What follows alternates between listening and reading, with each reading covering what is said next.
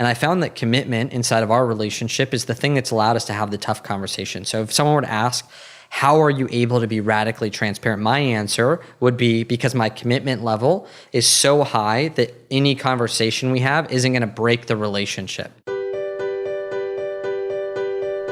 Life is all about relationships. Lovers, family, body, or money. How satisfied you are can be completely explained by how you relate to things around you. This is Sophie Jaffe, and together with my husband, Dr. Adi Jaffe, we are here to explore and teach you how to maximize your relationships and achieve a happier life. Let's get ignited.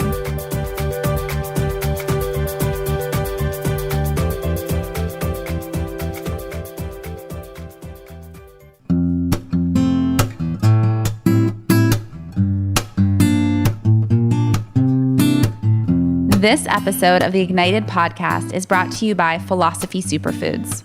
The Philosophy offers cleanses and other nutritional products that are unlike any of the other supplements and detoxification programs on the market. Why? Because they actually nourish the body with whole, live, nutrient-rich foods instead of depriving you and leaving you hungry. Have you ever tried a cleanse only to find out that you can't make it through a whole day because you're starving? Ever try a superfood shake that made you nauseous because it was so disgusting you'd rather not eat? The Philosophy fix all that with a simple set of offerings that load up your body with nutrients while actually tasting good. Makes sense, right? Each of the Philosophy superfood and protein blends is vegan, raw, gluten-free, and has absolutely no filler ingredients. With over 15,000 satisfied customers, including some of the world's biggest celebrities like George Clooney, Gerard Butler, Lea Michele, and over 10 years of experience, this is the best stuff you can get. To buy some or find out more info, go to our website, thephilosophy.com. Hello, everybody, and welcome to this episode of the Ignited Relationship Podcast. I'm Adi Jaffe. And I'm Sophie Jaffe. And we're here today with radical transparency. That's kind of a big theme of this interview and the conversation we had. We've got our Radical Transparency is Fire mugs that we just put out. And interestingly, even the review of the week talked about it. So review of the week is from Lauren King, Radical Transparency. I'm definitely a podcast junkie, and I can say Sophie and Adi's Ignited podcast is one of my favorites. I'd never heard of radical transparency before listening to this podcast, and implementing this concept in my own life has truly changed my relationships with others. I deeply appreciate the topics you discussed and how vulnerable you both are, and the fact that you go there even when it's uncomfortable. I look forward to your podcast every week.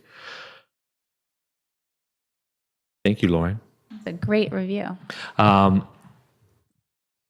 Having reviews like that and the conversation we just ended up having with Amanda and Nicholas reminds me again, you mentioned vulnerability hangovers in the interview, and it reminds me again of why we stick to the vulnerability and stick to the transparency. First of all, because it offers us an opportunity to grow. But secondly, because it seems to keep inspiring people to go there in their own lives. And we're going to talk about authenticity. We're going to talk about all these other aspects of this, and it's without the transparency, you can't get there. Part of what we also touched on in this interview, which you'll hear in a bit, is that the alternative to being radically transparent for us means in some ways hiding, and in some ways it will actually make us live a more fake life, because it doesn't have to be that black and white. You don't have to necessarily bare your soul and tell every single truth as we do, or be living a lie. But if I'm not, it's kind of like if you're not choosing to expand, you're choosing to contract. If you're not choosing love, you're choosing fear. It's that same concept. No, it's not always black and white. There are some good things to keep private. Yes, yes, yes. And what we learned through this experience is that part of the benefit of being radically transparent is that it forces us to show up and want to do the work for everyone that's listening now and for ourselves. Yeah, but it even depends for me, right? Sure, you don't have to share everything, but if it's important, if it's relevant, if it is part of who you are, or part of what you're struggling with right now, or part of a discovery you're making about a new path, and you don't share it because you're afraid of what other people will think about it or how it will be judged or what it says about you. I mean, whatever nuance of that you want to put into this equation, I do think that in some ways you're lying and hiding, because it's always nice to show the best parts of yourself and the parts that you're secure in already. And I'm not saying you have to share with everybody, but with your partner and the people close to you, if you don't share that, then you are saying to yourself and to the people around you, this part of me, I don't trust enough yet. This part of me, I'm not ready to show you. This part of me, I'm not confident enough in that it's okay because I'm okay. And then just by association, this part must be fine. Even if I find out a year from now, 2 years from now, 3 years from now that I want to change it, it's still okay that I went through the process. You're saying, I want to hold on to this until it's perfect. And you're actually, I think the quote you wanted to read for today has something to do with perfectionism and that need to show up. Yeah. So the card that I picked today is from the deck Sacred Rebels, and it's by Alana Fairchild. That's a really beautiful deck, and it's very soulful and just about really aligning with your intuition. So this one is called Release the Dark Wound and Let Love Live. So I'm not going to read the whole thing because it's a little long, but I'm going to kind of skip around. So again, release the dark wound and let love live. If we detach something from its source too soon, trying to force it to become what it is not yet ready or willing to become, we can unintentionally sap it of its strength and kill it. There is a dark wound in the consciousness of humanity which demands perfection and denies process. You have to let go of the death grip of perfectionism and let yourself and your ideas live. Love is abundant, creative, and inspiring. It moves us so much more joyously and creatively than fear. You are being asked to honor the path of your own love. What inspires you? What feels exciting, joyful, or perhaps rather different?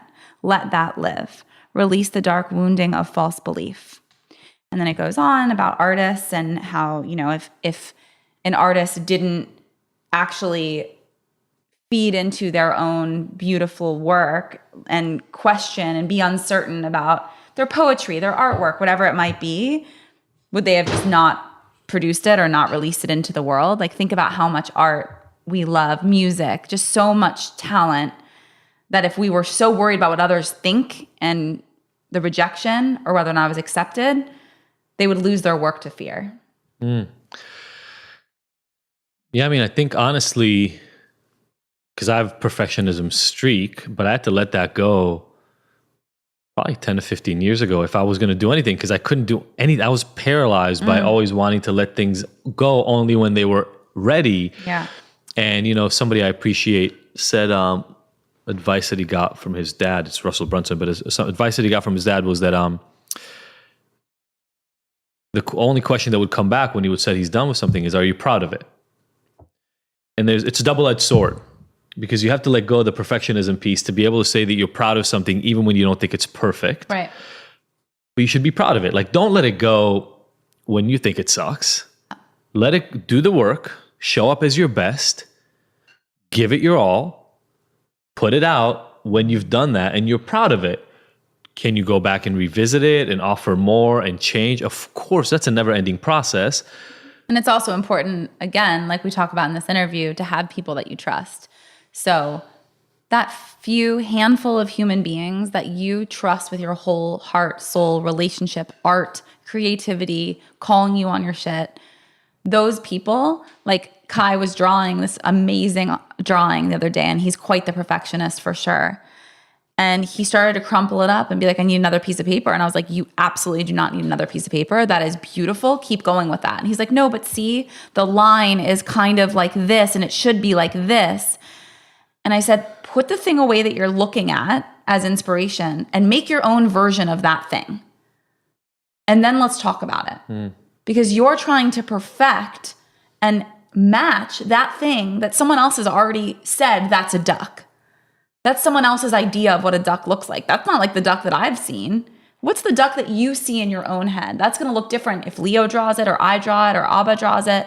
And he finally got it. But every time he does art, I have to help him to let go because he's so worried about is it perfect? Yeah, I mean, it's interesting. I can see both sides as having value, right? It's like there's an art to crafting the basic kind of copying version of a drawing and getting really good at the technique of that. And there's a huge benefit to getting creative and I guess connected. It's more important to have the conversation with him like, we're doing art right now just to express your creativity. That's the intention here. Once again, coming back to like the intention of something. Yep. If we want to get really clear and good on how the technique of artistry, of how to use that fine point pen and get those lines exactly as such, I'll let you know when we're doing that. Yeah. Right now, we're not doing that. Totally. It's like in piano, right? So in piano, he splits it up into technique. And we told him, like, you got to practice for 20 minutes a day. 10 minutes have to be technique. 10 minutes can be fun. And the funny thing is when he gets to the fun part, he might play for 15, 20, 25 minutes. So it's like slipping in the piece about fingers and sight reading and all that kind of stuff and giving him the joy. Yeah. And yeah, absolutely. I think the same thing is important on both fronts. Again, when I was a kid, I don't think I heard much about the just getting it done right. Yeah. That was the lesson I was like, did you practice the lessons they gave you? There was never and now go express yourself. Yeah. And I want him to be a person who knows how to express his creativity and his love and his visions and his joy.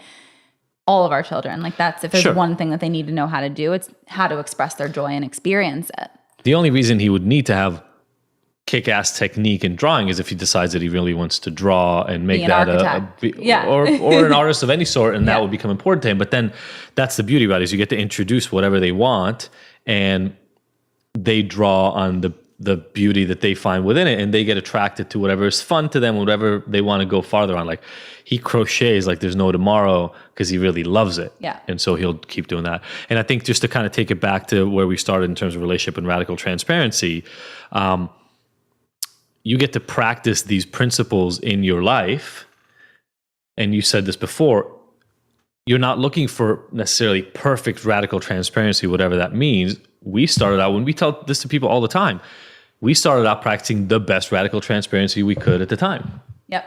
And it wasn't 100% because it was like you would have killed me if I practiced 100%. And it was just, we weren't quite ready. So we did like 70% and then 75 and then 78 and then 80 and then 82. And now we're as close to 100 as we can tell that we are whenever we are. So the concept is more about continual progress. I think I did an episode on the 1% principle at some point. One of my clients who's probably listening right now, and one of our friends, Marissa, said the other day, she wrote me, and I've been coaching her in food for years. We on and off coaching, connecting, helping her break through, and just have some clarity when we hop on calls together.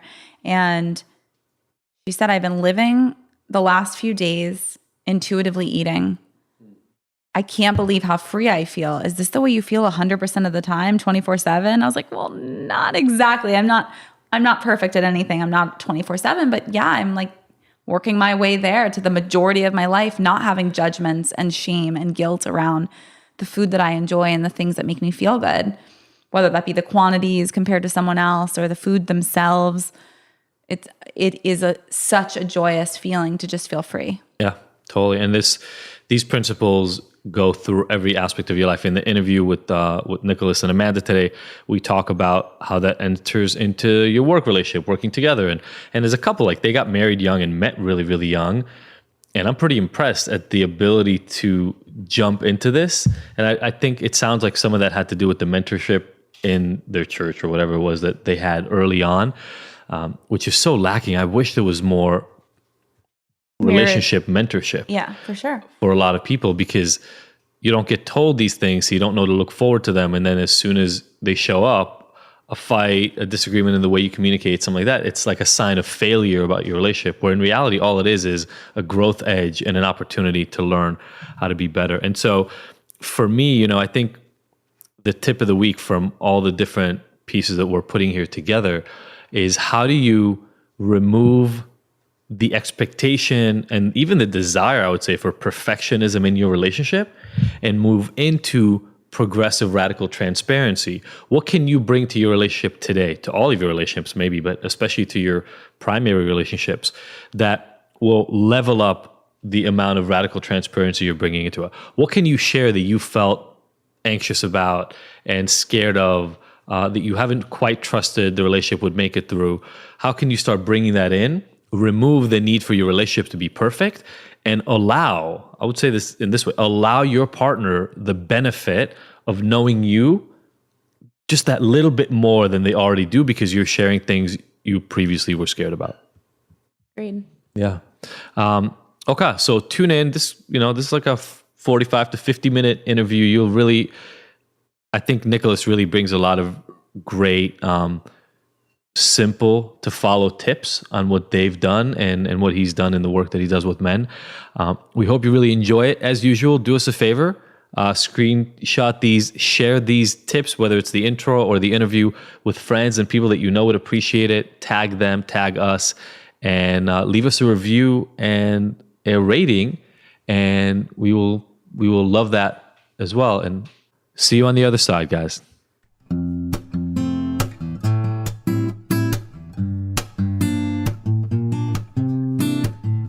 We are so lucky to work with so many couples all around the world.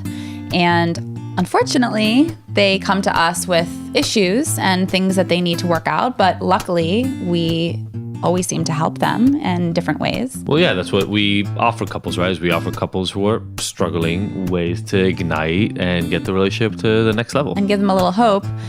And that also includes in the bedroom. So the last couple that we worked with, the first thing we prescribed to them was more fun and more spice and fire in the bedroom. Yeah, they were saying that they weren't having sex as regularly and the sex wasn't as good when they were having it. And, when you're trying to spice things up, a lot of times, if we're honest about it, there's fear and anxiety. Because you're just not really feeling it. And so one of the things that I love about Woo is how simple and fun their whole branding is and how they make it. Because, if we're honest about it, even in our relationship and in our sex life, a lot of times, when you were looking for what to do around lube, we would literally get like a jar from Whole Foods. Yep. And coconut oil. Of coconut oil. Yeah. Like the same coconut oil you guys use in your kitchen. And so, you're sticking your hand in this oil-like jar, and it's kind of awkward.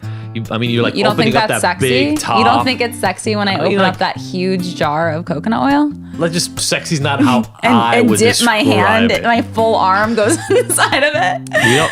We don't have to tell them everything we do, babe. Let there be some mystery. Woo also has this beautiful vanilla scent, and it has a little bit of stevia in it, which helps, make it a little more tasty, if you know what I'm saying. I got to tell you guys, I appreciate the extra little stevia and vanilla. It just tastes good. I'll just leave it there. It's also just beautiful. The packaging matters. It's inspiring to, have on your bedside table or in the drawer beside it. Yeah, because it's so clean. What we were able to talk to this couple about is you start small. So literally, they started using it without any taste, right? They started using it as a little massage, like hand massage. Yep. And we got you all a special discount code of 20%. Anything you buy, your entire order at Woo, all you got to do is type in the code IGNITED, IGNTD, and go get more play. Hey everybody, and welcome back to this part of today's Ignited Relationship episode, our conversation. We've got the power couple that is Billion Dollar Body here, Nic and Amanda Bayerle. We worked a little bit on that last name, everybody, so I wouldn't mess it up. Welcome, guys. Thank you so much for having us. We're excited to do couple podcast interview. Yeah, it's going to be fun. Have you done another couple? I think we've done like 2 before. Awesome. Yeah. I think that's all. So That's all we've done. This is the first time I've done it at a table that we'd normally be eating food at and stuff. That are nice. conversational. So this is going to be fun. Yeah. We're all about conversational, and I'll just say really quickly. So I met you guys because you both presented at Funnel Hacking Live at a conference that I went to, and what really intrigued me was the conversation you had about working together. And the word power couple kind of gets thrown around. People talk about it with Sophie and I, but I thought it'd be really cool to sit down and get a real conversation about what it really means to work with your partner, and then other relationship issues. We talk so much about relationship issues and factors and variables, but to talk about them in this conscious conversation that also relates to business and success. Because, your business pays for your mortgage and your car and your food and all that. So there's almost like extra weight on top of a relationship when you add a business into it. I 100% agree. And I think one thing that isn't talked about that much, like even when we say relationship issues, it almost feels like we're always focusing on the problem. But when we talk about business, we never say, oh, you want to know how to do lead gen? Let's talk about your business issues. Like everything is always like in that phase, it's like, oh, we have problems we need to solve. And we think, oh, like let's go grow our business. But no one thinks about solving problems in a relationship as let's grow our relationship. So I never even thought about that until you just said that. And I was like, wow, relationship issues. Like we know that this is just part of life to be happy. And like it's the path to happiness is to resolve conflict and all these things. So I think that I'm excited. Yeah, it's really cool to be here.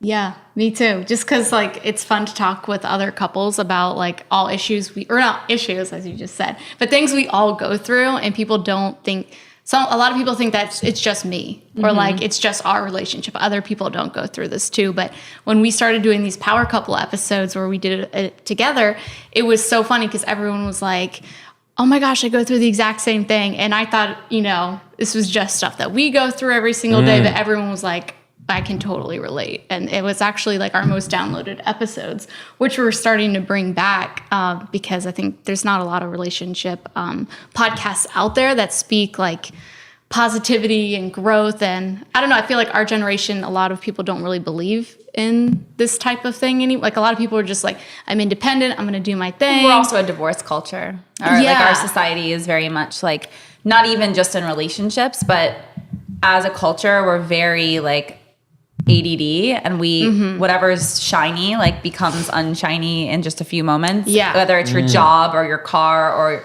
the clothing, and we just like consume and are trying to fill this void. Yeah. Which is like we just want to know ourselves and feel and do the work. We actually want to do the work, but instead we're avoiding it by covering up and like, oh, we have issues. Okay, we're gonna break up. Oh, we have issues. I'm gonna divorce.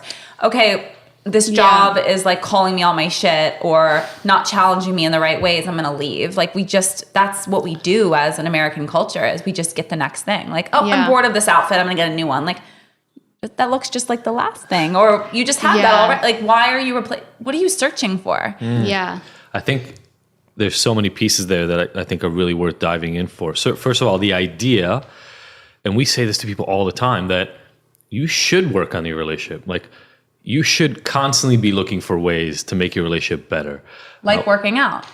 Like you're not going to stop working. Like, oh, now I belong to a gym, so I'm just going to belong to the gym and not go. Like, no, you're going to show up and do the work. You're not A lot of people do that too. Or They're like, practice I got a yoga. gym membership. Yeah. Or practice yoga. They're like, well, I went 3 times last week, so I'm kind of good for a couple of months. That's not how that works. No. And we learn to expect that. Business is another great example. Like, you had a kick-ass month at work, no matter what it is you're doing that you're listening to in this podcast right now, you can't just show up the next month and be like, yo, but I had a really good month last month. I'm taking this month off. So I'm not going to show up. Yeah. And yet I think we expect that, or people expect that in relationships all the time. Yeah. We went on vacation. We really connected when we were away. Now we're back at home. Like, I get a 3-month pass. We don't have to work. We don't have to put effort into this. We're good, or we're good enough. That's where the real work starts, is when you're not on vacation, secluded, away from distraction. When you get home is when you have to maintain it. Yeah. When you're not in like a high-end fitness class and you're home alone and you haven't worked out in days and your kids are sick and there's shit that happens, how do you really like step up and take care of yourself? How do you take care of your relationship? Yeah. And we have a men's community. And so it's so amazing because I get to like sit in. That's why people call me like the first lady, because I'm the only like woman, that's in the community. And I get to hear what these guys say. And they're like, well, like, you get to hear what the women say too about them. Yeah. And then the women tell me their stuff, the wives and the girlfriends and stuff. And so I get to kind of like talk to the men about like what women want and like all of that stuff. And so many of them believe that I'm making money, I'm progressing to my business, she should just be happy. Right. And I'm like, that's not what she cares about. That's not what she wants. It's also not the 1950s. Yeah. I'm like, I don't even know what I just think that a lot of men have this thing that their value is what their money. It's old programming. And so it's not the quality time they're spending with her and the kids. It's, well, this is how much money I made and I can buy you this house or this car. So it's done, conversation's over, you should be happy. Yeah, because maybe they feel loved by money. Yeah. But your wife doesn't feel loved. But it's tough if a man's failing as well, that they're they're usually not expressing their power, and that's not that attractive either. If they're just kind of lollygagging around, and even if they're there, they're at home, they're around, they're loving, they're also not being like the powerful leader that's attractive that they once were. So there's two things that you said I thought were phenomenal. The thing about being on vacation and like, I always tell people, when we used to train in health and fitness, I used to always tell people, is this the worst time of your life right now to get fit? And they'd be like, oh, this is so tough right now. I go, oh, perfect. Because like if it was easy, then when things get hard, you wouldn't maintain these things. So we can teach you how to be fit while things are hard. And I think that's the same thing in a relationship. We got married completely broke. I had no job, no source of income, no business, neither did she. And that was a hard time to get married. But then we got to experience rock bottom together. And now everything is just above that. Yeah. So what's the worst case scenario right now with my skills, talents, abilities, and hers? We make less money. I'm like, I've already made no money. So this is easy. And then the second thing you said was that people are always they get married and then they stop. They get a gym membership and then they just stop going. And we always have a quote that says, what you do to attract something is what you have to do to keep it. Yeah. And so like, whether it's your audience, your following on Instagram, like if you change everything that you're doing right now, a lot of people will leave because they're like, I'm not used to this. And men, and from my side, the ones I work with, men specifically, like they'll do everything. They'll date, they'll get that expensive thing. I'm like, dude, if you don't like going to expensive dinners, stop dating a girl at expensive dinners. Yeah. Like, So smart. Like do things that are going to attract the woman. Because in 5 years from now, if you just keep being yourself, if that's what she was attracted to, It's like alignment. that's all you have to do. It's alignment. If you're in your own alignment and you're doing the things that you love day in and day out, you're going to attract the right person on that vibration. If you aren't and you're faking it, you're going to attract not a Isn't good it partner. so scarcity though? Thinking that if I be myself, there's not enough people in the world that actually like that person. Right. So instead I'll be someone else, which is tough. And what I Scarcity, found is it's that also worth. It's self-worth. totally. Yeah. And so like I found that even when you're acting like someone else, you'll still attract people because there's people out there that Sure. are attracted to that person. You'll attract Absolutely. that person though. But there's just as many that are attracted to you. It also doesn't feel fulfilling though. Like if you're going out Yeah. and like for me, I don't really like to drink. I will drink socially. Like I will if there's nothing else, no other substances to be had. Like I will. kombucha. Yeah, like kombucha. I'd much rather have a kombucha or started a bar. But if that's all there is, like I can get down, I can have fun. But if I were going out every single night and that culture, and because you create a reality, right? So then like, oh, then my friends that drink, and then the places I go, and then the place that I eat, all of my world becomes that. But if I'm out of alignment, then I'm not going to be fulfilled. I'm not going to feel like me, and then I'm going to attract people that aren't on that vibration. I think we talk about that all the time across all areas of life for people, right? People get so scared to be themselves. So scared. I mean, they were told as kids being bullied, or somebody they didn't like them when they were in junior high, or their parents really spoke down to them and devalued who they are. Whatever the reason is, or they looked at magazines and they didn't see themselves, so they felt really badly about themselves. Whatever that is, whatever the reason is that it started, people feel so scared to be themselves that they do. They put on a mask, they put on a persona. And we tell people this all the time. Like when we work with couples or when I work with individuals, almost always you find that at least one of the two, but normally it's all of us to some extent, if we're honest about it, have been pretending about a whole area of our lives. Maybe even multiple, but there are whole areas, whether it's around fitness or food or career, whatever it is, education. And the problem is we become so identified with that false mask, with the false person that we have pretended to be for 10, 15, 20 years, that the first time somebody brings it up, it freaks you out because you go, I can't let that go. I mean, how much money I make is who I am. Or, the way I look is who I am, or the car I drive, or the vacations I take, whatever it is. I'm a guru. I teach hundreds of people how to have better relationships. I can't admit that there's something wrong with my relationship, because then what'll happen to everything. And what we find time and time and time again is that the exact opposite is true. 100%. The moment you step into your personality, the moment you do it, first of all, you feel relief like you haven't felt in ever. And secondly, the people who are there, who really care about you and are there because of who you really are, they stick around and they love you better than ever before. All the other people go away, which is what you wanted anyway, if you are really honest about it.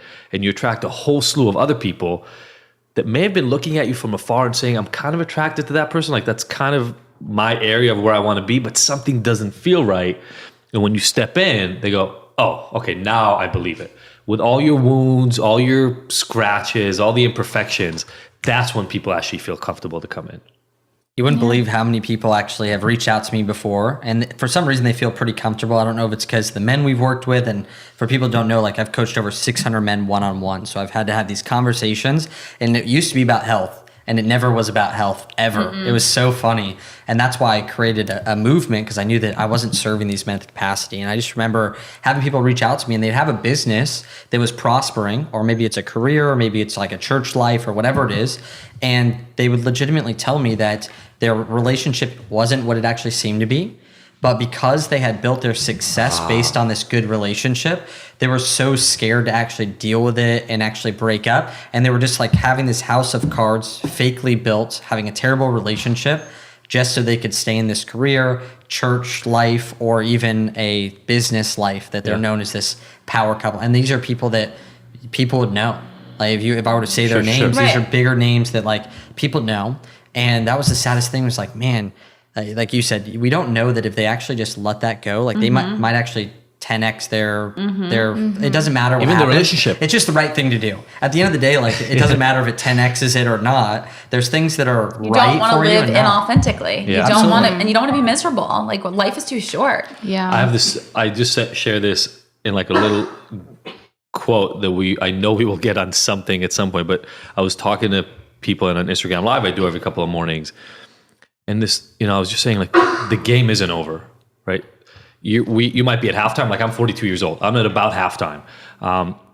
Like some Maybe of you a third. We'll say third, maybe depending on when medicine goes, right? Some of you are third, some of you are 3/4, but the game isn't over for any of us. And that is true, by the way, whether you're already feeling like you're winning or like you're behind.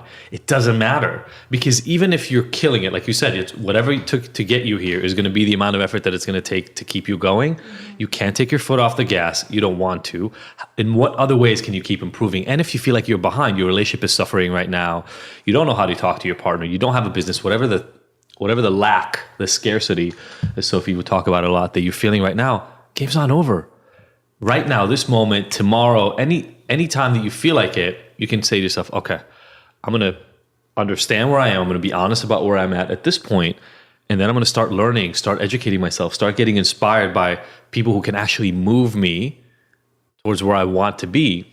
Because I still got time. I've got hours, years, decades on the clock to keep this going. Like, it's insane to me at 42 years old that I have at least as much time as I've lived up to now moving forward. And it's been a long road. So I think it's always really a comforting thing to say, we're still on the road, we're still on the journey. You've got all the time in the world.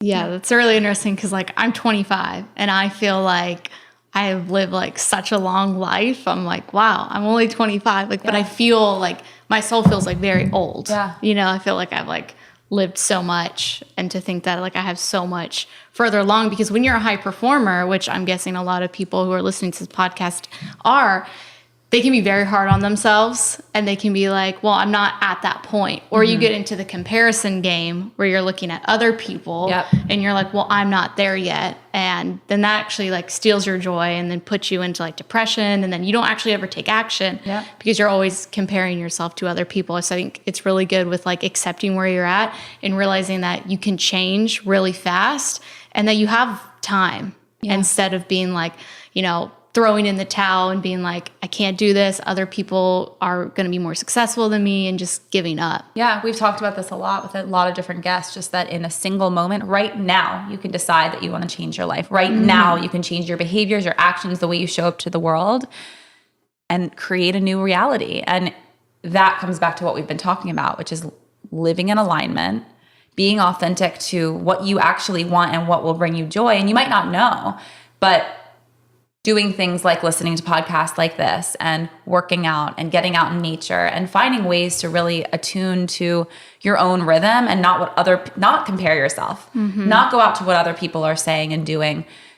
What do you need? What do you want to fill up? And that might mean leaving your partnership. That might mean getting a new job, not because you're escaping the conflict, but because it's the source of conflict, or there's no way out and you're feeling sad, depressed, angry, whatever it is, resentful. Both of us offer so many tools in our world, and I'm sure you do too, for people that are maybe suffering with addiction or cheating or deceit or any of these problems that occur in normal life, yes, we're here. We want to support you. All of us in our own ways want to support these couples and as individuals. You don't need to give up. And it's okay if you've tried everything with these tools to throw in the towel, as you say, but it's not really giving up. It's more like switching gears. It's giving yourself permission to go to the next phase. Like if you know you're stuck and both of you are no longer willing to put in the amount of effort and do what is going to be required to save this relationship, how much nicer is it to say to somebody, you know what? We did everything we could. Like, I don't have more to give to this relationship. I love you. I want nothing but the best for you, but I need to go find my happiness somewhere else. Instead of the opposite, which is I'm going to resent you. I'm going to hate you for the next 30 years as we just kind of muscle it through this thing and make everybody around us miserable, make our kids miserable, make whatever else in our lives is existing in the moment, suffer and struggle, because I would rather somehow live under a cloud than release both of us. And I think a lot of times there is fear around that. It seems like the energy, even like when you said that, someone who's thinking that way is thinking about other people. I'm going to live in this cloud and I'm going to stay in this relationship, even though it's not serving anyone. And that energy to me is just thinking about what is everyone else going to think about me leaving the relationship. And I truly believe that inside of a relationship, like it's two powerful people always. So like I know that I didn't really know the definition of codependency. Like we've been married for 7 years. I didn't really know what it was. But really, truly feeling like you always have to fix like someone else outside of yourself and someone else always has to fix you is what I noticed. And I was just like, man, like when we first were getting married, our guy who was like counseling us before we got married was like, hey, this is like 100. And like you take control of your emotions and how you feel, and you don't control her emotions and how she feels. And it's her responsibility to take care of that. Yeah. And I feel that so many times in relationships, like, so many people get caught that like if they feel bad, then I feel bad and I have to fix you. And then like it's always this weight on both sides. And I think inside of relationships, I think that everyone can actually have a great relationship. And I think that a lot of it's a choice. But like staying together for other people, I think is really dumb. And stay in your own lane is what I hear you saying. Like do your work. Show up for you. Almost every problem would be solved in the world if people just took responsibilities for themselves. Yeah. Like that's it. My girlfriend just went away on this little retreat. She has 2 kids, 2 and under, like a new baby and then a 2-year-old. And every time we're together, she tells me about like some relationship issues she's having. And, obviously people feel like they can trust us and they can. Like I'm happy to talk about it. But when it's the same cycles over and over again, then you think there's probably a red flag. Like where can we look at this from a different angle, different perspective? So she went away and she was expecting to go away. She's never gone away by herself in the last like 10 years. And she went by herself and went on this trip and was expecting to go into it getting answers and clarity on like tools on how to fix their relationship.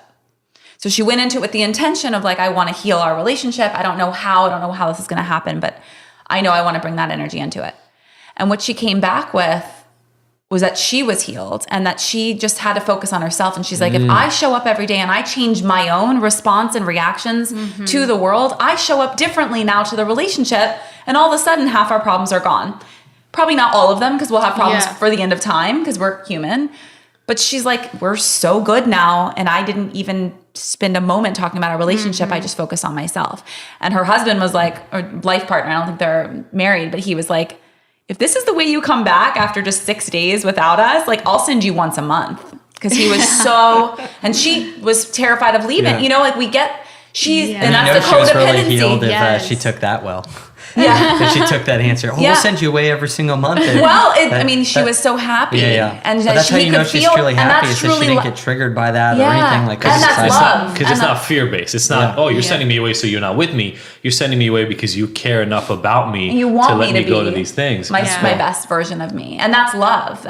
He's like, whatever you need, girl, like, babe, like this is us. If seeing you beam at this frequency and light up, that like I'll do whatever it takes. I'll take these kids for 6 days at a time. What are like the big things that you guys see couples struggle with? Because I hear from the guys, I hear from the women, and then I hear when they come back together. And I only hear from these guys that are running a business, that are like certain types of people. Yeah. What are you hearing from these couples? Are they able to open up together? Do you usually talk to them together? We do. And they're able to open up in front of each other? Because we found that the women will open up crazy to a man, or even me. And I'm like, how are you saying this right now about like your partner or your husband? And then the husband typically is a little bit harder. Like they don't necessarily open up as much. But when they do, like, I'm like, wow, like you would never say this in front of your wife probably, or your girlfriend. One of our big concepts, I would say probably our biggest concept in relationships, is around radical transparency, and which not everybody's comfortable with, but it's probably our leading concept, right? We have our mug, radical I transparency. know, I just read that. It's like Radical implanted in my mind transparency already. is fire. And it's a scary concept for everybody involved when they first get in, but almost everybody who comes into us, the men struggle with it for a split second longer, but almost everybody, by the time we talk to them about it for the first time and really sit down and explain the principles, they go, fuck, that's possible? Like, what you're telling me is available at the end of this rainbow can really exist. And it speaks to that fear of being your true self. What we say to people is communication, the ability to open up about what's really going on is your saving grace. There's so many phrases about this that we've all heard over and over, right? Sunshine is the best disinfectant. You're only as sick as your secrets. It doesn't matter what phrase you use. They all get back to the fact that if you're hiding behind something, if there are things that you don't feel like you can speak to, it's not really about the power of those factors and variables in your life. It's the power you're giving them by holding on to them as a secret. And so the fact that women are so much better practiced at speaking about discomfort. Men are taught from a really young age, suck it up, walk it off, get shit done. Like, period, point, that's it. Don't share your feelings. Don't have feelings. Yeah, don't have them. Do not have them. Sharing them means you're supposed to acknowledge somehow inside, I feel really sad and distraught and ignored. We have a feeling wheel on our fridge, and I use it with a lot of my clients. I tell all the men that I work with, and we can have it available. We can have a link in this show notes. The inside of the wheel is like the basic emotions. I'm angry. I'm sad. I'm happy. I'm disgusted. I'm surprised. Like basic. I didn't even have that full vocabulary when I started doing couples work. I was like angry, sad, or maybe happy. Like those were my three emotions. Yeah. How are things going? I'm good. That's it. That's all I had. Yeah, the first several years of our therapy, our therapist would hand you the feelings version of like the feelings wheel. It was affirmations. It was like a list. Yeah. Or a list of feelings, and it was Which 2 one are they? pages of like go to sad. Now under that bracket, there's all these other feelings, and then what's under that? Yeah. Like there's so much depth that can be. So like it makes me angry. Well, why are you angry? And you go down and you analyze it. And for most men, it's like a new language. So we try pretty quickly to get couples. Like we just had a couple session a couple weeks ago, and the guy at the beginning was kind of like, I don't think we can do this, because if I'm transparent, literally what he said was, if I become transparent, she's going to be so angry and anxious at everything that I do that we'll never be able to make it through. And I said, it's the exact opposite. Yeah. What you're going to get on the other side is the exact opposite of what you think it is. And literally a week later, they texted us and said, thank you so much. We've never communicated this well. And there's anxiety provoking moments, but because there's transparency, there's a level of trust and not codependency, but ability to be interdependent on one another. Like, I know that what you're saying to me is the truth. And that eliminates so much fear in relationships that I don't even think it's measurable. I've been so interested in these opposites lately that you were just talking about. And have you taken the personality test, like Myers-Briggs or DISC test or anything like that? So the DISC test, I found out one of my friends is becoming a master certified trainer. And he said that when you take this test, it basically says, which of these words most describe you? And then what word least describes you? Yeah. And that's what all of them ask. And that's like how it finds this balance. And actually, truly in the test, how they find out who you truly are isn't through the first question of what most describes you. That's who you want to be. And truly, they find that subconsciously, people put what least describes them is actually truly who they are. Isn't that crazy? That's interesting. That's how they actually create the test and pull out the results of who these people are and how they act. They're natural and adaptive versions. And I thought, that's so interesting, because we just think like, oh, that's not me. Like, I don't have those problems. Or I have men that come to me that go, this is what my strength is, or this is who I am. And everyone's like, no. And they're like, no, that can't be me. And like, they think that there's someone that they're not. And I think it's the scariest things in relationship, personalities, personal stuff to me are the things that we don't see. A lot of people think that their problems are like, oh, I show up late. I'm like, you recognize you show up late. So I have a feeling that that's probably not your problem. Right. Our problems are generally things that we don't see, that everyone else sees, that we deal with, that they're too scared to even tell us. Yeah. And that to me just like keeps me up at night. I think the thing that keeps me feeling humble and safe, like as these things start to like, you know, like my Instagram gets bigger or our podcast gets bigger or people recognize us at dinner and like we've changed their lives. Like the way that I stay balanced is by keeping people in my life that will call me on my shit. Yeah. And they'll be like, I think that's a little out of integrity, Soph. What do you think? And I'm like, fuck you. You know, like, shut up. Let me do it. And they're like, no, that's out of integrity. I'm like, fine, I won't get the thing or do the thing or say that to him. Or you have to stay humble and have people in your life that you trust who really know the best version of who you are when everything is cleared away. Yeah. Do you feel like a lot of that happens in the relationship, or how does that play into our relationship itself? Why do you want to make this about you? I just made it about us, not me. I'm just kidding. I just think it's funny because I'm like, I hope that's not the main place or the only place. I think it's cool if I call Amanda out, but I think it's awesome if she has like friends. No, my friend. I meant my mentors, like all that stuff. I think as it's well. both. I think you definitely call me on my stuff, but in a different way than like Rochelle would. You Probably know, different than that. you call out your but I friends. think it's good. I think it's good. Like Adil kind of like feel like kind of butthurt when I talk about our relationship stuff to my best friends, but they're the same people who will call me on my stuff too. So it's really safe. It's the safest place to go because they know us and they love us Did like you just family. really say butthurt? That's But hilarious.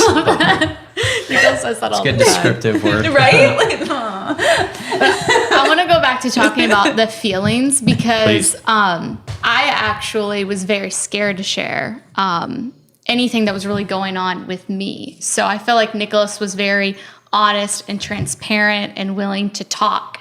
And because I'm an internal processor, that was actually one of the biggest struggles we had early in our relationship was he's an external processor, I'm an internal. So like it takes me a longer time to process like what's going on like in my heart, like in my mind. And so I actually read a book called No More Mr. Nice Guy, which is for men, but I met the author, Dr. Glover, and I was like, dude, like we need to make like a women's version of this because so many women struggle with the exact same thing in thinking that you always have to be nice and never talking about, you know, what aggravates them, what makes them angry, their feelings, their thoughts. Because what happens is like when you hold all of that in, then you like explode and you have resentment. And so like I found myself like holding all of it in because I'm afraid to say it in the moment because I'm like, what if it hurts his feelings? That's not very nice. Like all of that stuff. And then like all of a sudden it like blows up and then it's like, what the heck? And it comes off as like anger and like, just like, you can sense the energy when someone is holding all of that in. And I just told him, I was like, dude, like this isn't just for men. Like women deal with the exact same thing because it was really hard for me to share like what was really going on because I always was trained myself my whole life to be perfect. And I couldn't say if anything was going wrong with me or mean about anyone else because I had to be the nice girl. Not even with your friends, you couldn't. Not really. I mean, sometimes I would do it, but I always thought it was mean. like you held Have you back. read that book? No More Mr. Nice Guy? No. So basically the concept is if I just do all the right things and like be a nice person, then I'll get my needs met and get everything that I want. And it's like, it's this constant thing. He was a marriage therapist for 25 years and then became a men's only style helper. I don't know what the names are, but he worked with all these people for so long. And it was like all these men were the same person. They were like, I'm so nice. Or even the wives would be like, he's such a nice guy, but like, I'm so frustrated because he just does all the right things. He says all the right things. He provides. He does all this stuff, but none of us are happy. And like the whole goal of him is that if I make everyone happy, if everyone's needs met, and if I, don't do anything wrong, then my needs will be met. I have literally one of those guys right now in a couple, and we just had You'll love the book because you'll be love like, it. this Yeah, is it's already the fun. stuff you probably are saying as well, but you'll be like, oh, it's so confirming. This is Well, it was awesome. literally the same thing. He was saying, I don't want to hurt her. And I said, yes, but you're hurting her by not Exactly. sharing your true feelings on it, because then everybody's life sucks. You're sitting there having emotions and you're not sharing them because you don't want to hurt her, but she feels it. Because Exactly. I don't know if women are internally actually more intuitive, or because you've practiced emotion conversation so much more. Sophie, I don't even know how many times we've had this conversation, but Sophie can tell that I'm having a feeling before I know I'm having that feeling. And she'd be like, what's going on? I go, nothing. Why? That's how I feel with her. It's I'm always true. like, honey, what's wrong? And then I'm like You external. two seem much more similar, and like just from what I've read, Yeah. like you're more of a planner, and like Yeah. and like I'm always late, and like I feel like it's like energetically very like he doesn't really know his feelings and how to express them, and It's better. Yeah. It's better now. But it takes time. It takes Oh, time. yeah. Of You're course, saying it's another process. opposite again, though, too. You're like, oh, if I hold it in and I don't tell them, then I won't make a bad situation. And then it makes a bad situation. Like this podcast right here is like the podcast of the opposites. Yeah. Like you're creating your own reality of the problem that you're like trying to avoid. Totally. Just like you would say, like whatever you focus on, like you're going to attract. Yep. Yeah. I found this. I had an employee once that was like scared to get taken advantage of, thought everyone was going to leave him, that he's going to get fired, and we're going to take all of his information. So what happened? He created this whole created it. scenario. Yeah. He thought everyone was against him, so he didn't work that well. And then he didn't show up on time, and then he was never happy. So what happened? You let him Everyone go. left him, Yeah. and he Bye. lost everything. Yeah. Yeah. He created that, and it sucks because your insecurities can overpower. And it's so sad It's when so you care sad. about people I like know. that, and it's like, oh, I just want to help you, I know. but I can't. Like you have to you have choose to help it. yourself. So Sophie Yeah. saw this in one of your posts before, and you guys found the love languages at some point, and you started talking about it Yeah. between. And The book, it's called The 5 Love Yeah. Languages. but you were sharing about it in terms of interacting because you guys have different love languages. Yes. Opposite. Well, we have one in common, and her top one is my absolute bottom. Oh, interesting. Yeah. Yeah. Because- Similar to us. Yes, definitely. And Physical touch. And then I'm wondering, because you just said that you were the one less aware of this. What in your search even for, what were you looking for that you ended up finding the 5 love languages to even do that work if you're more of somebody who kind of shies away from having those conversations anyway? Well, it's not that I wouldn't have the conversation in like a good light, but like if there was like an issue or something. And so I think we found it probably because we actually used to be in ministry. And so like that's like a very talked about book Oh, and really? relationships. Yeah. And The like 5 love languages? premarital stuff. Because I think he's something in the ministry. I'm not sure. But so I took it when we were about to get married. So I'm physical touch and then quality time. And so it was also very interesting because they say physical touch people have like an internal clock of like they can tell how long since last time you touched them, and it's totally Wow. true. So when we were dating, I was like, dude, I don't think this guy is attracted to me because he's like never touching me. He like never wants to kiss me in public. He never holds my hand. It's your love I was like, language. something is weird here. Yeah. But that's because that's his lease, and he just like doesn't think about it like in Same. public or Yeah. anything like Yeah. that. Yeah.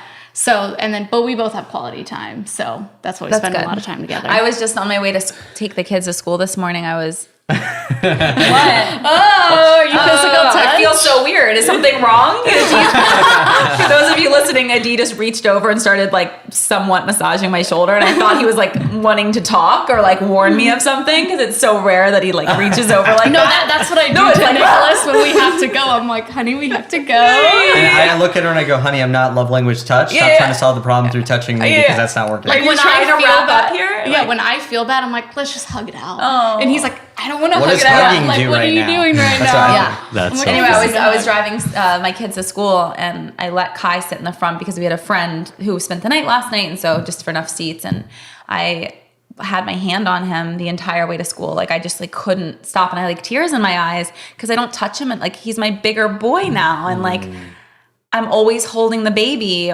And then my next in line, Leo, is like takes so much energy, and Kai just is so independent and introverted and can just sit and read and take care of himself. But he's my baby too, and Yeah. I just had my hands on him. I was Kai. That was me.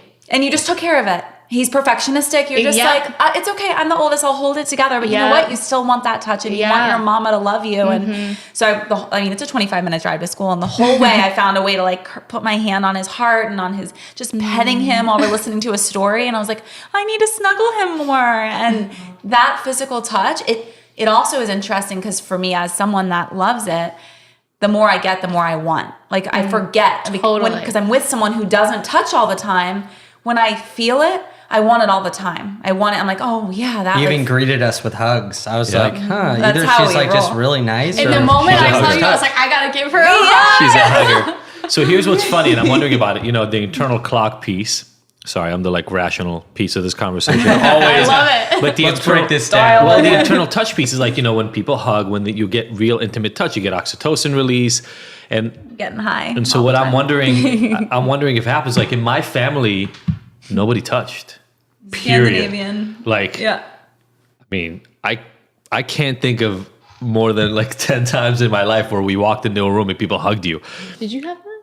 No, Yeah, we didn't have exactly. it either. Makes Yeah. sense. We did handshakes. So- So it was like firm handshakes. Yeah, and so the thing is, it's like my body never got used to. I mean, my mom, she breastfed me for a little 6 bit, but weeks. even that wasn't. And my sister, I don't think got breastfed at all. So it was like that touch piece wasn't there in my body. So you're talking about an internal clock. I'm wondering if it's literally like, wait, not enough oxytocin in my system. It's like you're regulating, going, I need more of that. Because I'm used to it. I'm used to having it. You're from Yeah. Italian family, so I'm assuming we in an Italian hugged family, there's a lot my of hugging. dad, we hug a lot. And my dad's physical touch too, so we would always Yeah. like hold hands. Yeah, and same. And so it kind of explains to me so much of my body got used to not having it, so it doesn't even know to search for it.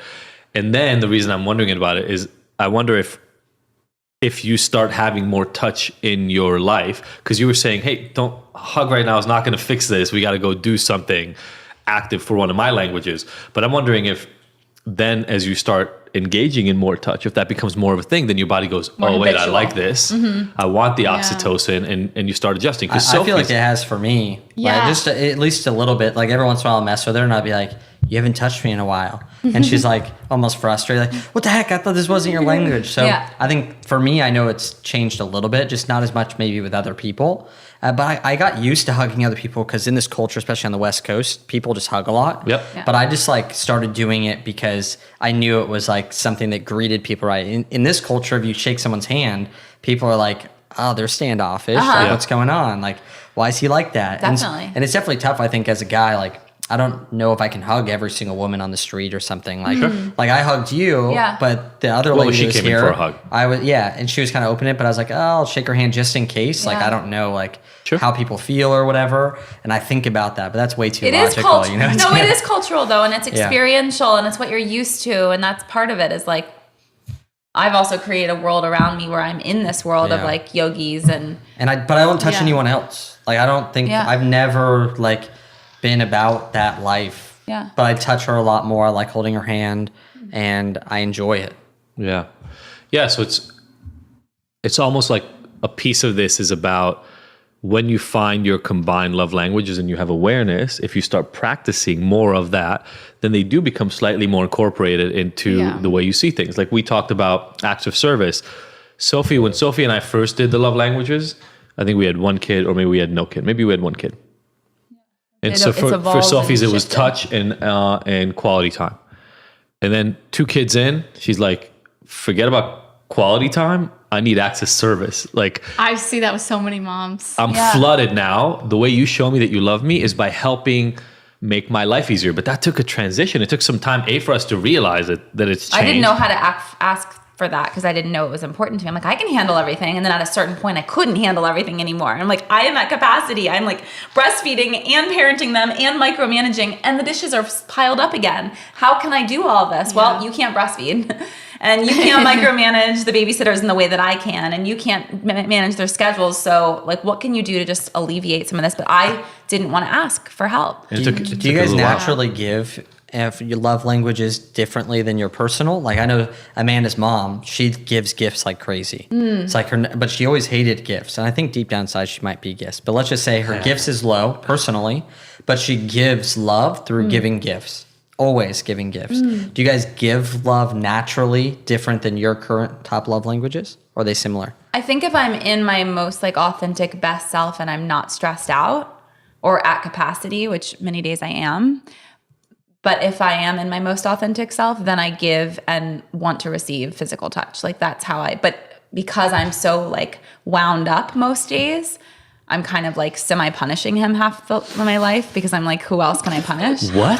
And so Ooh, we're getting real. Then I, Always. like, then I feel frustrated just in general because I don't have any personal space. So then I don't want to give him physical touch because I'm like holding back. You also get touched all, like, we have 3 kids. But yeah. So, like, there's a baby that's hanging off of her for hours every day. It's also I'm mostly giving though. I'm not receiving. Like, they're not like, it's not like they go out of their way to love on me. Sure. I'm loving on them. I'm providing. I'm giving. So much of this, I'm sorry, but so much of this is clicking for me in a completely different way than it ever has before.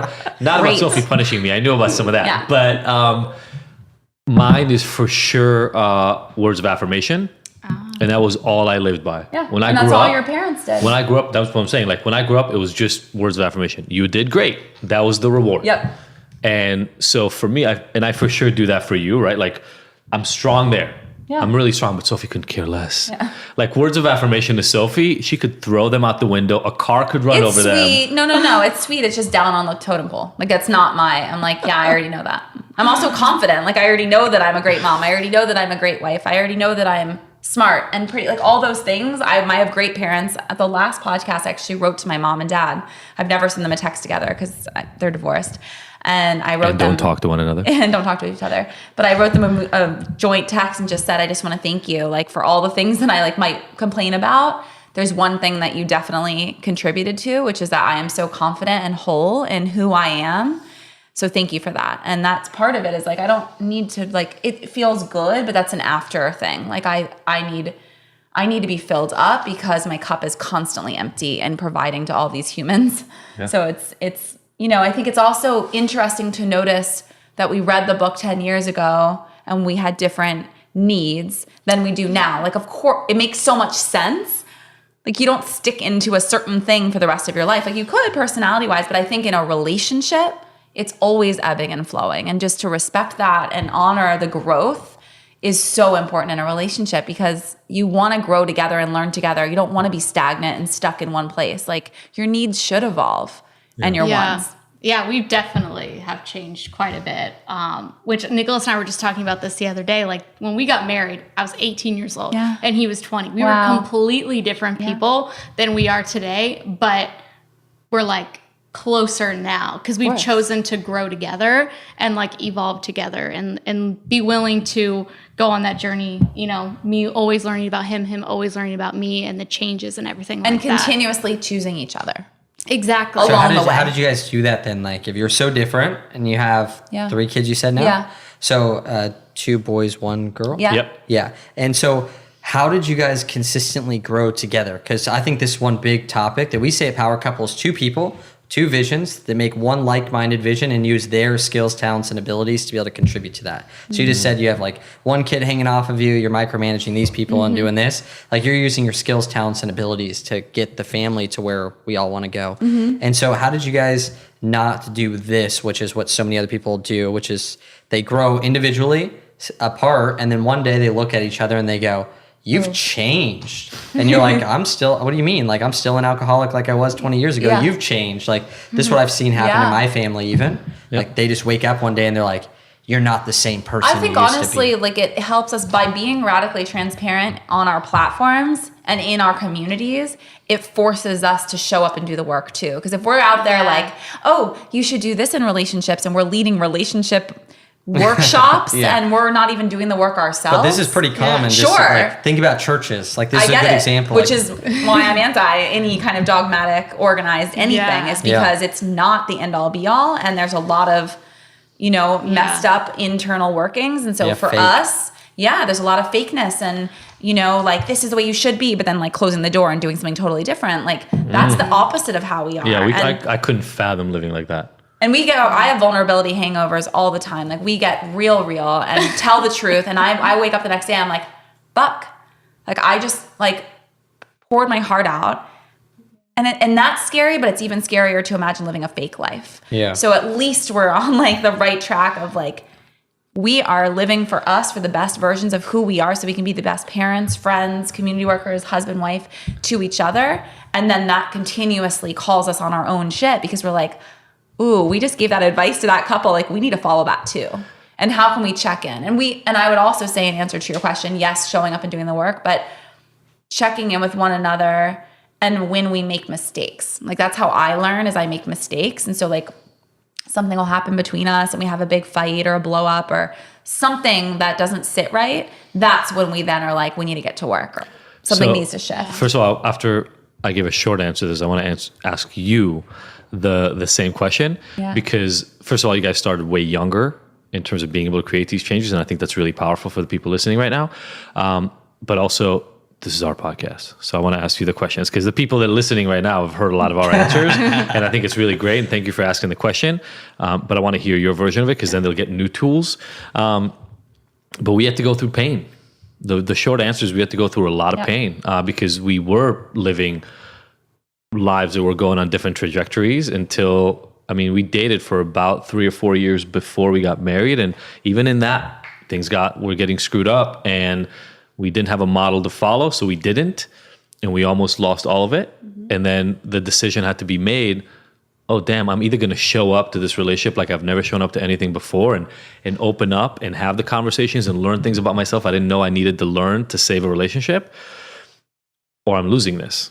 And I'd fought pretty hard to get Sophie back after the first time I screwed things up, so I wasn't going to stop fighting again. And so the short answer is a lot of pain had to happen before we made the decision collectively to just show up for everything. Well, I want to know, you're 18, you're 20 years old when you guys get started. You've been together now for 7 years. That's married too. So she was 17 when I met you, Yeah. I think, and I was like just 19. Yeah, right before I was 19, actually, I met her. And so the process that we took, I would say, is not the normal thing that people would do. We had great mentors, and I was always big on like, what's the best chance of success in something? So a lot of people go out there, and I had lots of friends that had lots of girls that they could date. Lots of girls like them, and so they had all these options.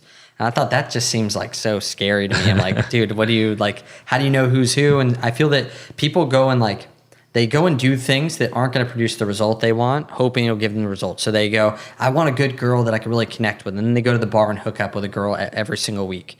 And I'm like, well, that girl is probably going to be like, you're not on my standards, because like, I'm not going to like roll with that kind of guy. So for me, I was very much so like, when we got together and we started dating, how could we actually have our intimacy level always be below our commitment level? And I found that commitment inside of our relationship is the thing that's allowed us to have the tough conversation. So if someone were to ask, how are you able to be radically transparent? My answer would be, because my commitment level is so high that any conversation we have isn't going to break the relationship. Love it. And so I always say that like, when the commitment level is higher than the intimacy. So for me, I wasn't just going to go, and I don't mind, there's tons of people that have a one night stand that are married for 50 years. And there's people that do the right thing and they break up at the second month of marriage. So I'm not saying any of that stuff. I'm saying for me, I didn't want to get into those intimate things because those are easy right away. It was luckily that we dated kind of virtually for about 3 months, long distance. So we couldn't just like have sex over and over again and have this excitement and never actually talk and get to know each other and like have the emotion of getting to know truly who each other were. And that commitment level is like the biggest thing to me, because I would say that intimacy, when it's below commitment, that's all trust. Like this is trust. And when people normally have a one night stand or something, that'd be high intimacy with no commitment level. And typically the next day, everyone's like, this is weird. Like normally it's like, I don't want to talk to you ever again, or I'm going to slip out the door or something. And what I found is that even in your relationships, whether it's family or something like that, if you have a brother or sister, you know that there's a commitment to that relationship that's high, that even if you fight and you're like, I hate you, you're stupid, usually at some point you come back together and you're like, but we're family. And so that commitment level, every time that we get into an argument or we get into some type of conflict, what I found is that commitment gets us to have the conversation. And the goal of the conversation is always to understand and not be right. So we're always trying to seek understanding, which was a huge mindset shift for me, not to agree. And on the other side of that conversation brings a deeper level of love, because you can only have more love if you have more understanding. The only way you can have more understanding is if you go through the hard stuff and have a conversation. And on the other side of that is that feeling you're looking for the whole time. And most people are just stuck in that place where they never have it. They don't have a high enough commitment. They think if they talk about it, that they're going to break up, get mad, and things are going to go wrong. And so if they never talk about it, they never get to have understanding. If they never have understanding, they can never have a deeper level of love. So they never get to experience that high again of like, resolution.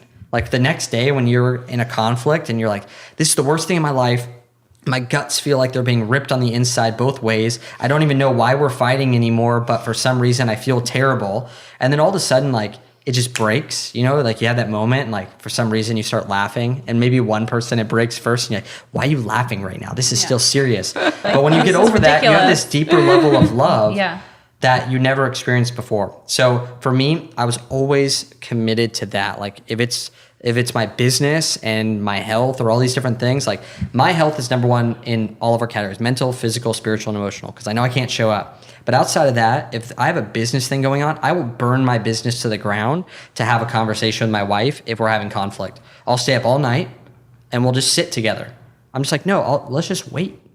That's so important too. I don't know. That to me is like to value, like nothing else is more of a priority than you. I'm not going to go work. I'm not going to go try to put my head down and do something. I'm like, no, I'm going to sit here and make this like my number one focus, even if it's terrible, even if it feels gut wrenching the whole time, even if it's not most productive, that we should go think about it for 3 days and then come back and have a conversation.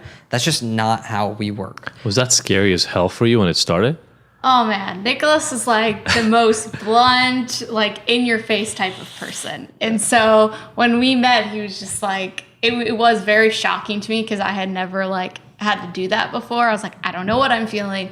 And then like as an internal processor, you'll just say stuff that you don't even mean. And then you're like, then you like go down this rabbit hole. You're like, I didn't even mean what I said. But now I have realized that it's not good to spend 3 days in this mood, because then it like consumes my mind, and then I almost create a whole new reality of like what actually happened instead of dealing with it in because sometimes more it's a misunderstanding. So the moment. Yeah, because sometimes it is a misunderstanding. And then you build a case.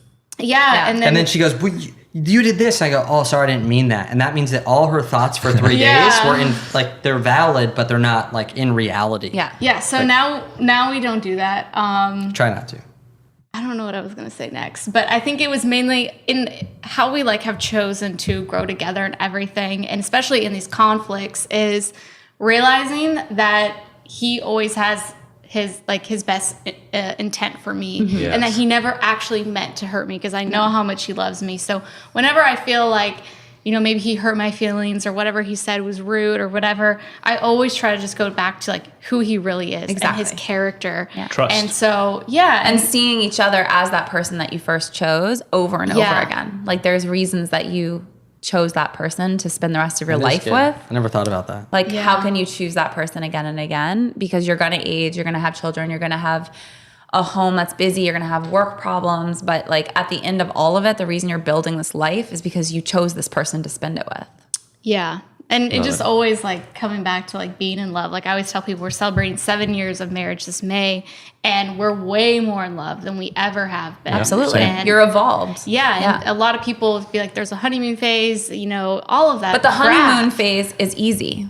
It's this. It's also fake. It's fake, and it's the continual choosing each other over and over again. Like we're having tough issues. We're going to stick through this. I'm not going to work for the next 2 days because I'm going to stay with you in this moment until we work it out. Because I'm choosing you. I'm choosing this relationship and this life that we're building. Totally love it. Okay, I feel like we can keep going like this forever and ever and ever. But it's already an hour, and our people have been listening. And I want to, you know, I always joke that. Thanks for listening as well. Well, we people appreciate you. People tag this before, they like listen on the way to work or whatever. So I want to let them get to work because you know. Hey, at least it's to LA traffic though, so we probably go for like another 30 minutes. Totally. So we got 5 questions that we ask everybody who's on the podcast, and you can decide to answer them together, separately, whatever you want. The rules are pretty loose. And the first question is, what is the best advice you've ever received? Just the first thing you think of. It doesn't have to be.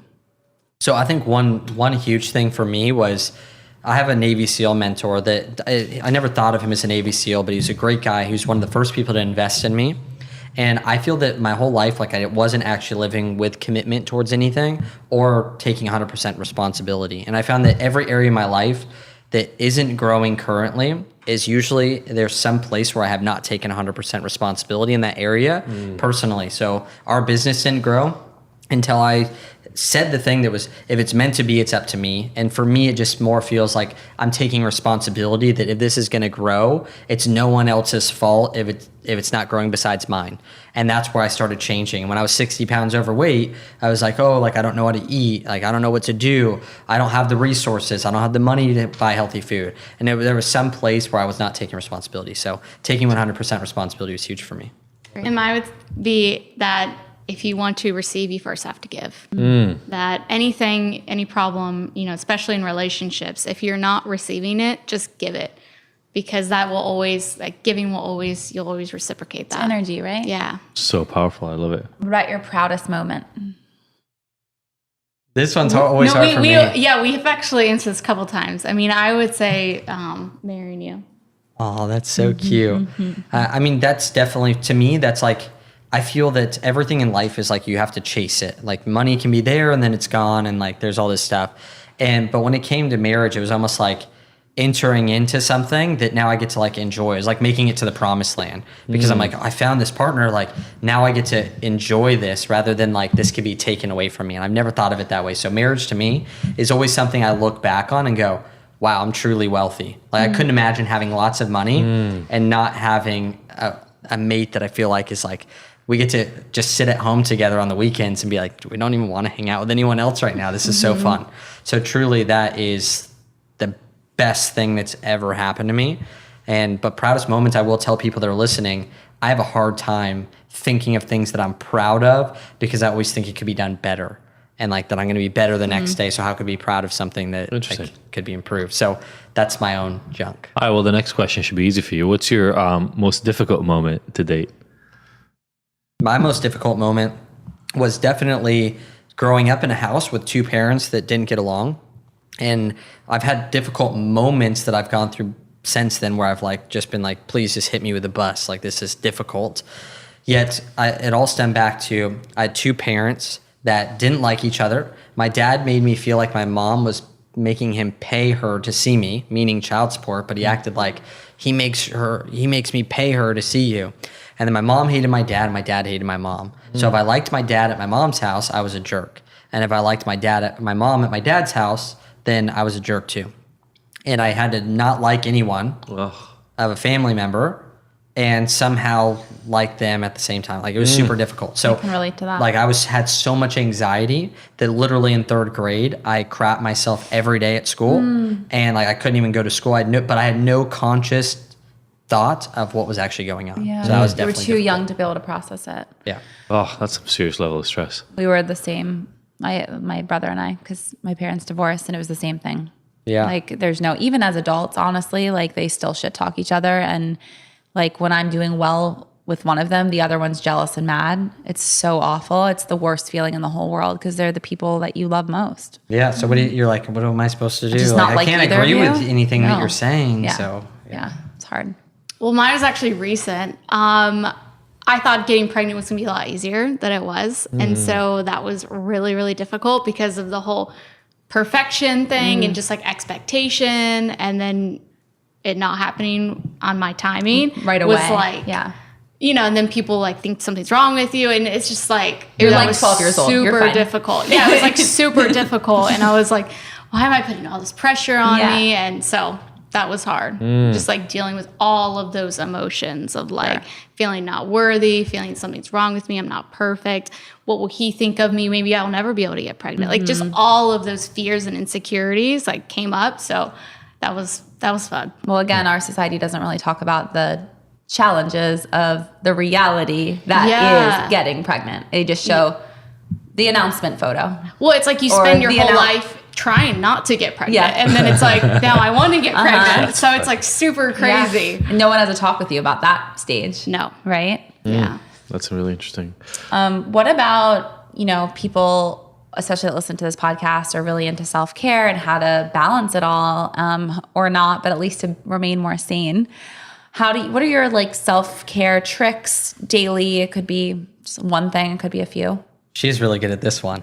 So for me, I realized that self-care is actually like where my power comes from. I found that if I am not, like, let's say I don't take a shower, like I'll automatically already feel like my day's not going as well. If I'm like, for me, like if I need to shave and I don't look that good with not being shaved, like I need to shave. So for me, it comes down to like, how can I take my priorities of health, mental, physical, spiritual, emotional? I usually have to see the whole spectrum. And how can I put something in place to put myself into like a momentum state in those areas? So taking care of myself is the number one thing to feel powerful. So going and getting a workout in, being able to go out into the sun, being able to go out there and hydrate myself, being able to have my own schedule. And those are things that it doesn't have to be for me like dry brushing before I get in the shower. Though when I do it, like I feel that extra burst of power. So whatever it is for you, like if someone's listening, like what is that thing that you can do for you that like is taking care of yourself first and allowing to put yourself in power. And it's not a thought that just makes me confident. Like, yeah, if I'm like looking terrible, not taking care of myself, like I can't just trick myself into thinking that I love myself when I'm not taking the action. So ask yourself, what actions would show that I love myself? And then do that and you'll end up loving yourself. That's awesome. Yeah. Well, every single day we write down like 20 things we're grateful for. So that's something that really puts me in such an amazing mood and focus on the right things. Because I'll always be in a good mood if I'm focusing on the right things. Because, I mean, there's always stuff that come up. I mean, if you dwell on that, you'll be miserable. Exactly. So definitely that. I have to move my body every single day, fueling it with the right foods. And yeah, I mean, I like the occasional like massages and all of that stuff. Like that's all a part of our lives. You like taking care of your face too? Yeah, I do that. Yep. Skincare. Yep. And then I have him doing it too, which is fun. But yeah, I mean, there's so many things, but finding those like really good things that put you in the right state of mind every single day, I think is the most important. Yeah, I love the way you put it.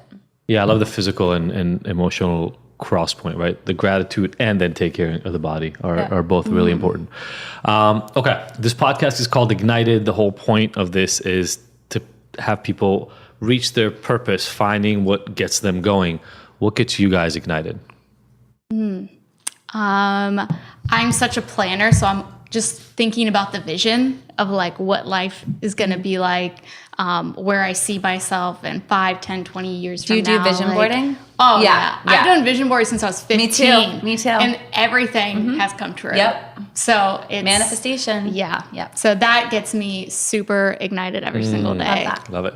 So I used to be so consumed by being valuable. Like I was so excited. I didn't know what it was. Like I even got one of those bracelets where you stamp a word on it and it just said value. Because I was like, I just want to be like the most valuable person in the world. I want to be able to give.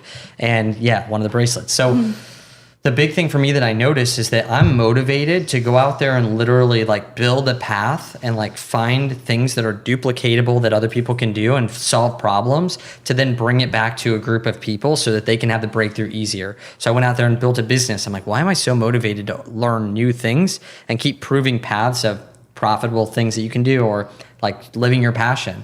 Like, because I love blazing the trail and then being like, hey guys, like come walk this trail now. Because I just went through with like a machete and like cut down all the bamboo for you guys. And like, here's the path that you take. So for me, like being able to go out there and discover something new that's proven, make it work and give it to other people, whether it was in my health, I'm like, wow, like I want to be able to go out there and do this for myself so I can bring it to other people. The relationship, I'm like, oh, I love the fact that now I can like bring other people up this path because I didn't have that for any area. And partially it was because I didn't see it. Like I didn't understand the value of someone else who knew more than me. I thought that if I just saved money and tried to figure it out on my own, I'd eventually figure it out. And it cost me way more money doing that. So for me, blazing the trail and then bringing other people up the path is what motivates me. It makes me so excited. Love that. I love it. That's a beautiful way to put it. Thank you both so much for showing up here today, making the drive and being here in person. It's always better. Thank you so much. Yeah, and we'll, we will share is there one thing that's like big up next for you guys? So our live event is our next big thing, and it's a men's only event, and we just love it because legitimately I know that if men just show up and they just sit there, like we tell people that if you just come to the event and sit in the sessions, don't like it, I'll give you your money back. Because all I need is to get your butt in the seat, and at the end you'll come to me with tears in your eyes and you'll be like, I cannot believe this. And this is for men that want to grow a business, because that's a lot of what we talk about. But we talk about the actual things that you go through as a man building a business that aren't normally talked about, that actually are the reason why businessmen are truly successful. But nobody talks about it because they sell like their one little thing. They're like, here's a Facebook ad strategy, here's a mini chatbot strategy, or here's this new e-commerce product, or like this shiny object, which is great because that gets people to buy stuff. That's good marketing. For me, I'm like, I'd rather forget about just the marketing. I'd rather actually get a transformation to man the way that I had, because this is what I needed. So that's bdblive.com. That's our next thing coming up. And Mandy's, hopefully, I want to get her pregnant. That'd be cool. Yeah. I'll give you some good juju. Yay. Yeah. Kids are amazing. Good luck with that. And thank you both again. Thank you guys so much for having us. Yay. See you all next week. Bye. Thank you, everybody, for listening to the Ignited podcast. We were so happy to have you along for this ride. Please go and subscribe to this. Leave us a review. We love hearing from you. And if you want more, don't forget to go to ignited.com, where all the podcast episodes are available with show notes and so many of the little details and links from each one of these interviews. And you can look at all the future events that we have going on, all the things that make Ignited so special, even beyond this recording. Again, thank you so much for joining us. We will see you next week.